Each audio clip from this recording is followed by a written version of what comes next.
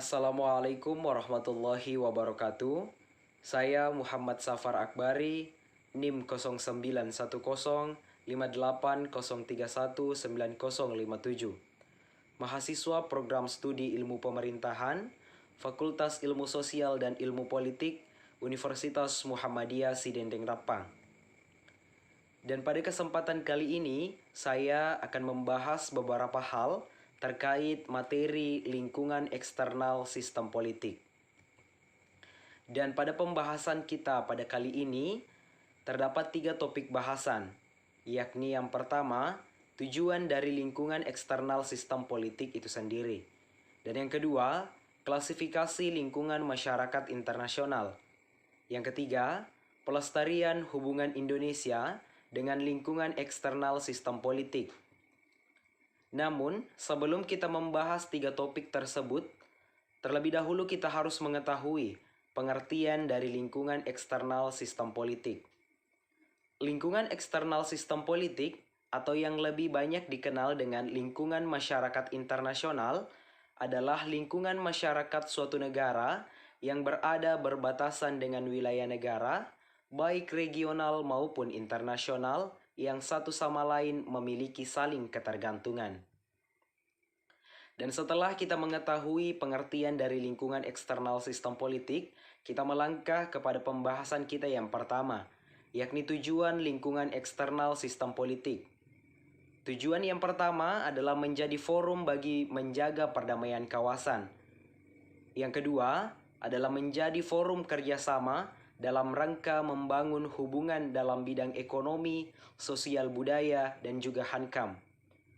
Tujuan yang ketiga adalah menjadi forum penyelesaian perselisihan antar anggota organisasi, negara sekawan, lintas kawasan maupun kawasan global.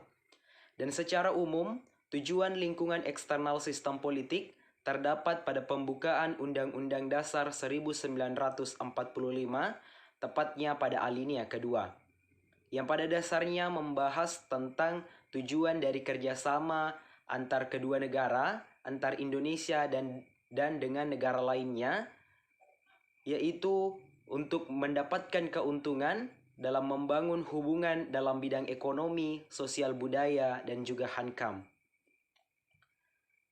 Pembahasan selanjutnya yakni klasifikasi lingkungan masyarakat internasional. Klasifikasi lingkungan masyarakat internasional terbagi 3. Yang pertama, sistem politik internasional. Sistem politik internasional adalah kumpulan elemen-elemen dunia yang satu sama lain saling terkait dalam politik internasional, yang memiliki tujuan bersama, yakni menciptakan tatanan kehidupan internasional yang aman, damai, dan juga harmonis antar negara-negara anggota organisasi internasional, seperti halnya PBB dan juga NATO. Yang kedua adalah sistem ekologi internasional. Sistem ekologi internasional merupakan lingkungan sebagai tempat tinggal dan sumber dari kebutuhan kehidupan manusia. Sistem lingkungan internasional adalah subsistem dari berbagai negara yang ada, maupun subsistem bebas seperti luar angkasa dan laut lepas. Sistem ekologi internasional merupakan keadaan geografis dari persebaran negara yang mampu menciptakan isu baru. Lingkungan internasional yang merupakan milik kita bersama sudah sepatutnya kita jaga dan kita lindungi bersama. Yang ketiga adalah sistem sosial internasional. Sistem sosial internasional dapat pula kita samakan dengan rezim internasional. Menurut Stephen D. Krasner, rezim internasional adalah suatu tatanan yang berisi kumpulan prinsip, norma, aturan, proses pembuatan keputusan, baik bersifat eksplisit maupun implisit, yang berkaitan dengan ekspektasi atau pengharapan aktor-aktor dan memuat kepentingan aktor tersebut dalam hubungan internasional. Nah, sistem sosial internasional terbagi lagi menjadi 4. Yang pertama, kebudayaan internasional. Yang kedua, struktur sosial internasional. Dan yang ketiga, sistem ekonomi internasional. Yang keempat adalah sistem demografi. Kebudayaan internasional memuat 3 hal. Yang pertama yakni pengetahuan atau akal budi, yang mana merupakan suatu ilmu yang tersusun secara sistematis yang didapatkan masyarakat berdasarkan pada pengalamannya yang tentunya bersifat universal. Yang kedua adalah adat istiadat atau bahasa. Adat istiadat atau bahasa adalah suatu kebiasaan masyarakat yang menjadi tradisi atau bisa membudidaya di kalangan masyarakat dan bangsa itu sendiri, sehingga menjadi ciri khas dari bangsa tersebut.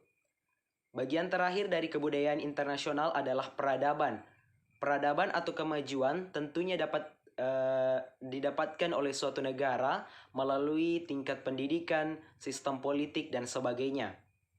Yang kedua, struktur sosial internasional adalah kemasyarakatan yang terdapat dalam suatu negara di semua negara di lingkungan internasional. Yang ketiga adalah sistem ekonomi internasional, yang merupakan kumpulan atau elemen atau unsur subsistem ekonomi yang ada dalam suatu negara atau bangsa di seluruh dunia sebagai suatu sistem yang berlaku universal bagi seluruh bangsa dan negara di dunia. Yang keempat adalah sistem demografi, adalah kumpulan elemen atau unsur yang bekerja sama untuk mencapai tujuan bersama, yakni pembangunan demografi atau penduduk internasional yang tentunya kita harapkan teratur dan juga sejahtera.